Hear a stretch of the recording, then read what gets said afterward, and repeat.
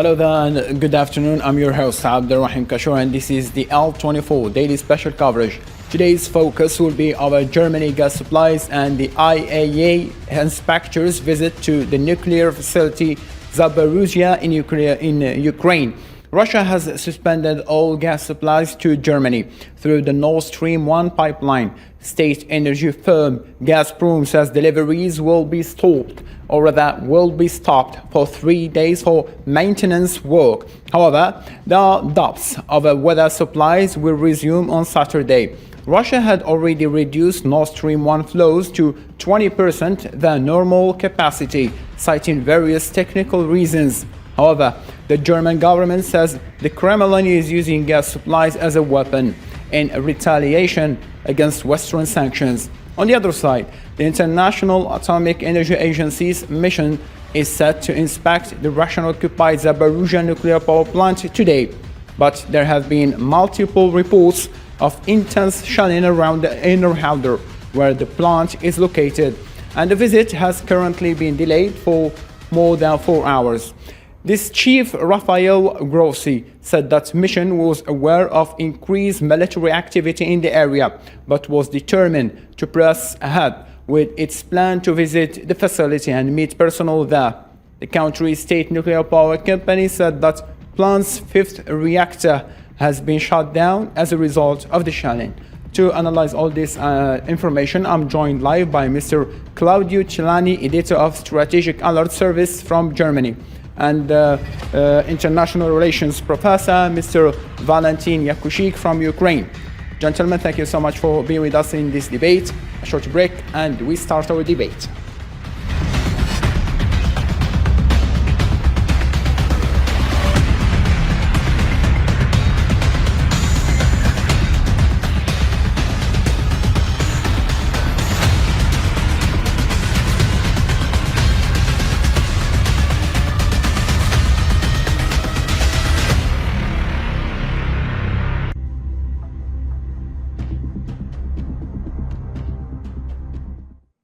And before we delve into discussion, let me read for you this piece of information. Ukraine has accused Russia of shelling the town of Inner Halder, which houses the Zaporizhzhia nuclear power plant, ahead of planned visit by United Nations nuclear inspectors.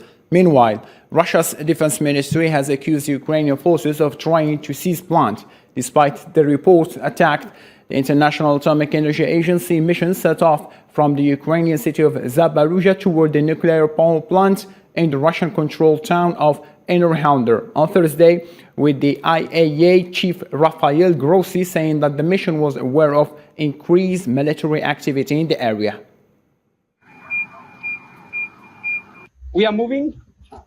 We are aware of the current situation. There has been increased military activity, including this morning, until very recently, a few minutes ago. I have been briefed by the Ukrainian regional military commander here about that and the inherent risks, but weighing pros and cons, and having come so far, we are not stopping. I am going to consider the possibility of establishing a continued presence of the IAEA at the plant, which we believe it's indispensable to stabilize the situation and to get regular, reliable, impartial, neutral updates of what the situation is there. Mr. Valentin, I'll be starting with you since you are in Ukraine. On one hand, Ukraine is saying that Russia is still shelling around Sloviansk in the south, near the facility, and on the other hand, Russians are stating that Ukrainian troops are still bombing near the nuclear facility as well. So, how can you simply justify these shellings that all the world is warning about, that it could cause a disaster? Primarily, I want to mention that these are two absolutely different situations. What is in the east of Ukraine and what is near Zaporizhzhia. Because in the east, this is a conventional warfare. Awful war as a result of unprovoked invasion of Russian troops on the 24th of February. And in Zaporizhzhia, it's continuation of experiments with capturing nuclear power stations. One of such power stations was captured by Russian troops in Chernobyl, near Kiev, but then Russians left this territory, and now they are in Zaporizhzhia station. We have a confronting, totally different reports from Ukrainian and Russian sides as to who is shelling. But in any case, it's absolute madness to shell the nuclear power station, even though if there is explanation of military necessity to drive away some troops or to let others come there. So this is the first issue which has to be resolved by international team of International Atomic Agency, who are really, this team are really heroes, headed by Mr. Grossi. They come to the place where there are open warfare conducted. Mm-hmm. They should be there, check what is happening, bringing the truth to the whole world, and to start finding organizational solutions, that there are no more such games with the nuclear power stations. By the way, there is another nuclear power station not far from Zaporizhzhia, Yuzhno-Ukrainsk, and there should be measures worked out now for this case of Zaporizhzhia station and for others. And it's not only for Ukraine. We are entering into a time of conflicts in many places in the world. So international community must work out the issues, positive solution of the safety of nuclear power plants. Quite good and quite understood. Mr. Chelani, how can you explain the continuous shelling over the Zaporizhzhia nuclear power plants? Why? Neither Russia nor Ukraine is thinking of the world's safety. Europe already witnessed the catastrophic disaster of Chernobyl in 1986. Yet, it seems no one is taking responsibility to stop this threat. So, in your opinion, how this crisis would be solved? Who's going to make a compromise? Well, I fully agree with Professor Valentin when he said that to target and shell an atomic nuclear power station is complete folly. But in fact, the nuclear power plant in Zaporizhzhia is not being shelled. What's being shelled is something else which is close to the nuclear power station. This is the first point which I think people should be aware of, which is a little bit hidden by propaganda on mostly on Western side. Aerial pictures show that the target has been a building nearby the nuclear power stations, maybe 100 or 200 meters away.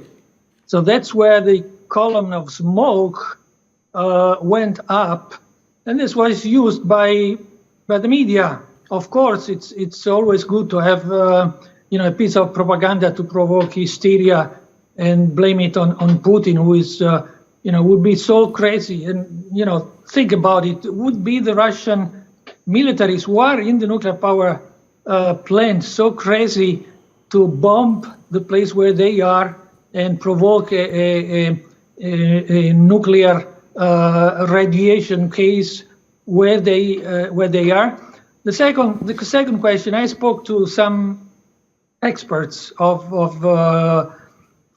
nuclear power stations as technique, and they told me that to provoke a leak, a radiation leak from this nuclear power station would be extremely difficult. Even if one of the reactors will be bombed, these are not Chernobyl-like reactors. These are modern plants, and the reactor is very well protected. But even in the case they, have a very powerful missile succeeds in penetrating a plant and explode in the vicinity of the reactor, the radiation leak would be very, very small and limited to a small area of maybe 10, 20 kilometers around. So this is the technical aspect of what would happen in the very, very worst case. But I repeat, the target has not been the nuclear power station as such. So why all this debate, and I would say hysteria, especially in the Western media. Well, I call your attention upon one of the persons who was responsible for this, and he's the head of the nuclear.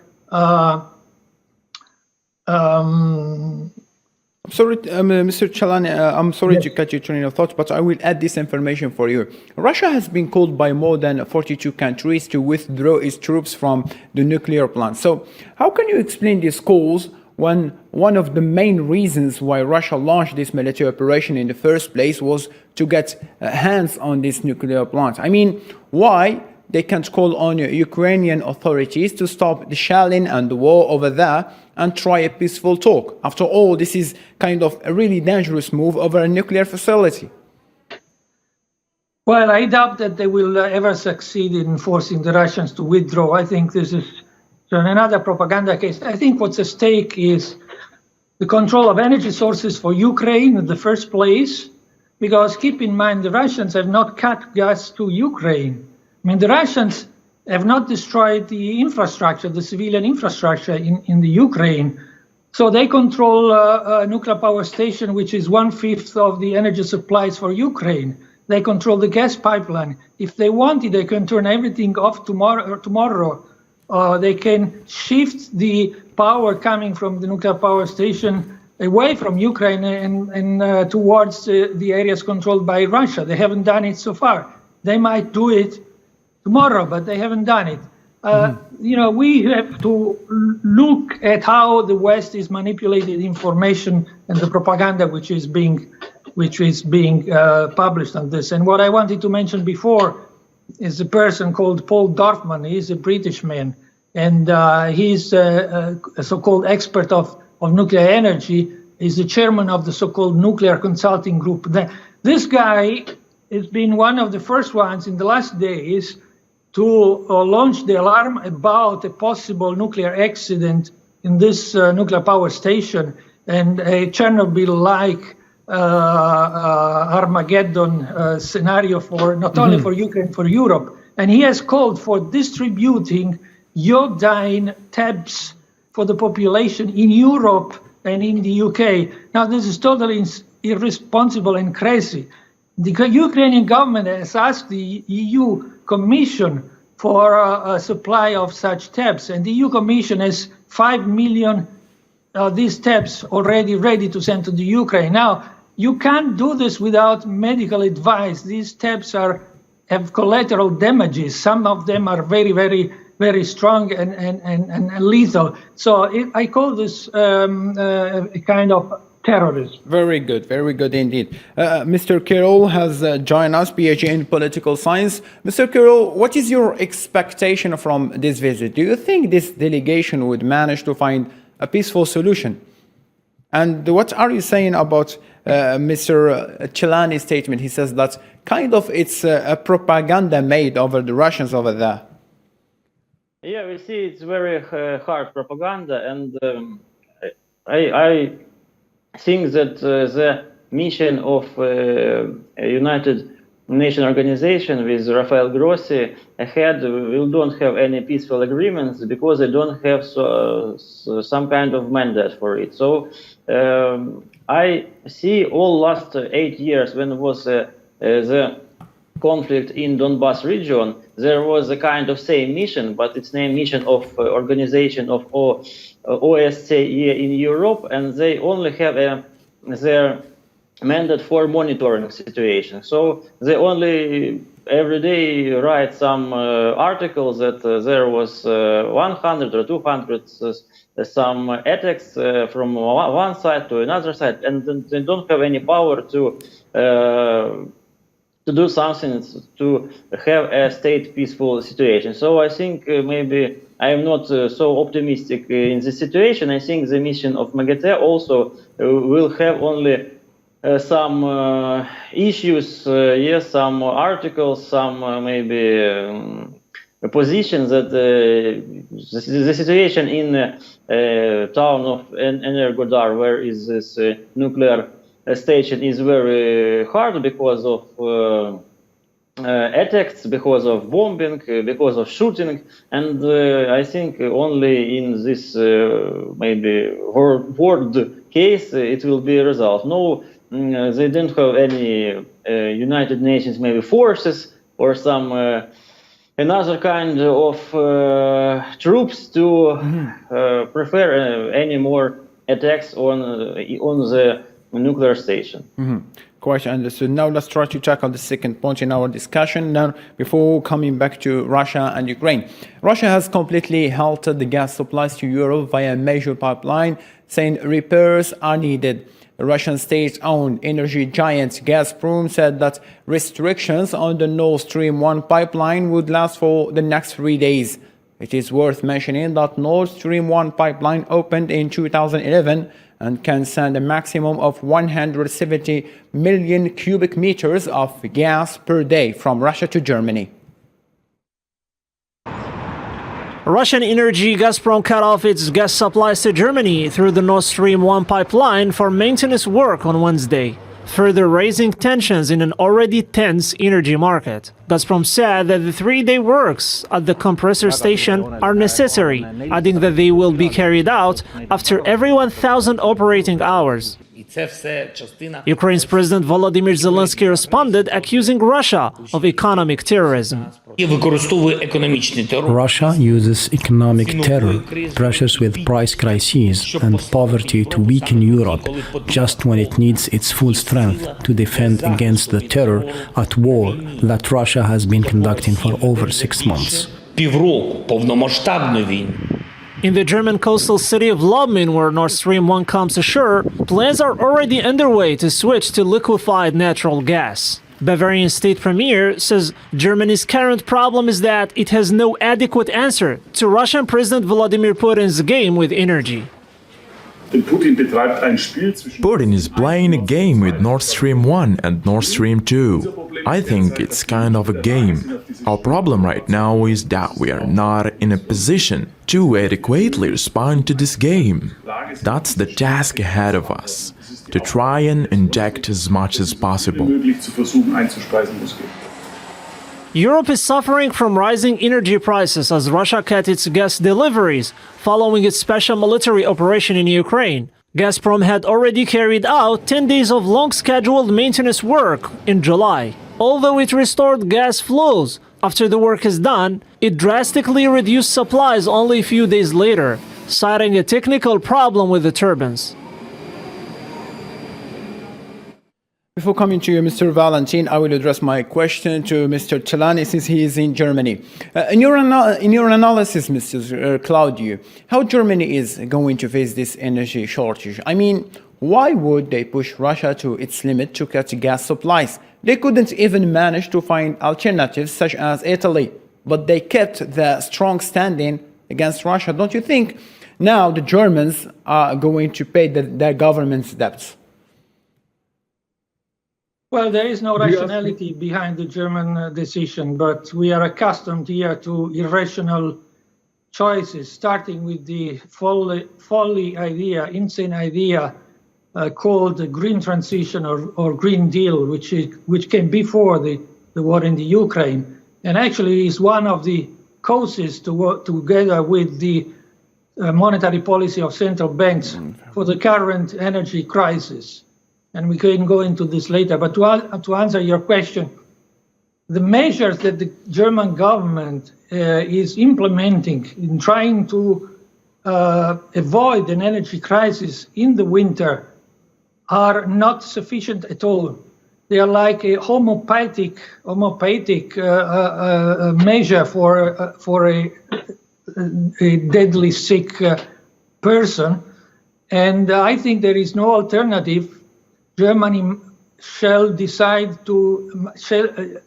must decide to keep the 3 nuclear power stations which are still on the grid and possibly reactivate 3 other nuclear power stations which Germany put off the grid last year. This won't be either enough because we are talking about a situation in which the government wants to rationalize energy to families and industry. Now, the industry is going to rationalize it by itself, because the industry cannot pay the high energy bill currently. So the industry is going to be shut up by the cost of energy itself. So therefore, there is no alternative if this country wants to survive as a modern industrialized country with lifting the sanctions. If Germany lifted sanctions or started to negotiate lifting sanctions, Russia could not only restore supply, but we have a new pipeline, which is Nord Stream 2, which is full with gas and needs only to be turned on. This could be done instantly. Some politicians in Germany are calling for this already, and I expect that the coming social unrest in Germany will force a political shift. It's the time when the first bills for households heating and electricity are coming, and this will cause an explosion here in Germany, like it's causing it already in Italy. Thank you, Mr. Celani. Coming to you, Mr. Valentin. We all know that Russia is using the energy sector as a leverage or even as a weapon against all European countries, as they are claiming. But what about Ukraine? How Ukraine is living the next months? Winter is on doors. We are witnessing now a kind of a strange war. This term is used from the history of the beginning of the Second World War, when the West was not actively participating in the war against Germany, when Germany attacked Poland. So now we have, within this strange war, business as usual, with oil, gas, even with grain, which goes, this business goes from Ukraine or through Ukraine. Ukraine is still the transit point, the transit territory for Russian oil and gas. Do you remember any other wars like that?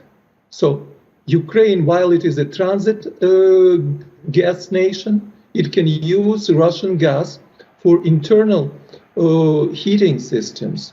If Russian gas stops, Ukraine will have serious problems with heating. And we have centralized systems in most of our cities. It's not like in the West where the decentralized heating systems. And if the war continues into the winter, and the Russians, if they do not stop their advance, they may use the tactics of bombing heating systems. It's a dangerous situation for Ukraine. It may be a tragedy when millions of people will have to leave again their homes and go into Western Europe. So we need to find some solution. And what we see the old games. Russians are pressing Germany and other Western nations to open Nord Stream 2 with its limitations of gas supply. And also to press on German population, German citizens, to feel tiredness of war. Also, it's a kind of revenge for the Western actions against Russia with sanctions and against Russian citizens, limits to go into Germany. So we have some small, low-level games, and we have a special type of the war. All this has to be analyzed and decisions taken in order to have temporarily stop and then to find a comprehensive solution. One of the elements of this solution is nuclear power station. It's the most important element because all other problems are they're concerned with damages, with human deaths, but that will be the universal tragedy if something happens with the nuclear power stations. Please pay attention to this. All people who can hear and who have soul. Thank you so much, Mr. Valentin. Derived from your words, coming to you, Mr. Carroll, he was talking about the sanctions. Don't you think that Russia is acting logically by cutting gas supplies to European countries? Because before this, these countries tried their hardest to destroy Moscow's economy by imposing numerous sanctions. And now that Russia is acting against their suicidal sanctions policy, they are blaming Russia for weaponizing the energy sector. What are you saying about this, Mr. Carroll? I think that the position of Russia to cut the gas of European Union is the Russian answer on the sanctions, on economical and humanitarian sanctions that maybe it's nowadays it's an 8 package of sanctions. Yes, we will discuss in Brussels. So I understand the position of President Zelensky. He wants totally sanctions from Europeans to Russians because we see that 6 months after starting the war, every day Russian government have near $1 billion from sending their oil and their gas on the world trading system. So this and so after all these packages of sanctions, Russian budget, Russian governments have much more money of sending the oil and gas than last year when there is no war in Ukraine. So it's this very difficult choice for Europeans because in Germany it's very pragmatic people. They understand that for all these totally sanctions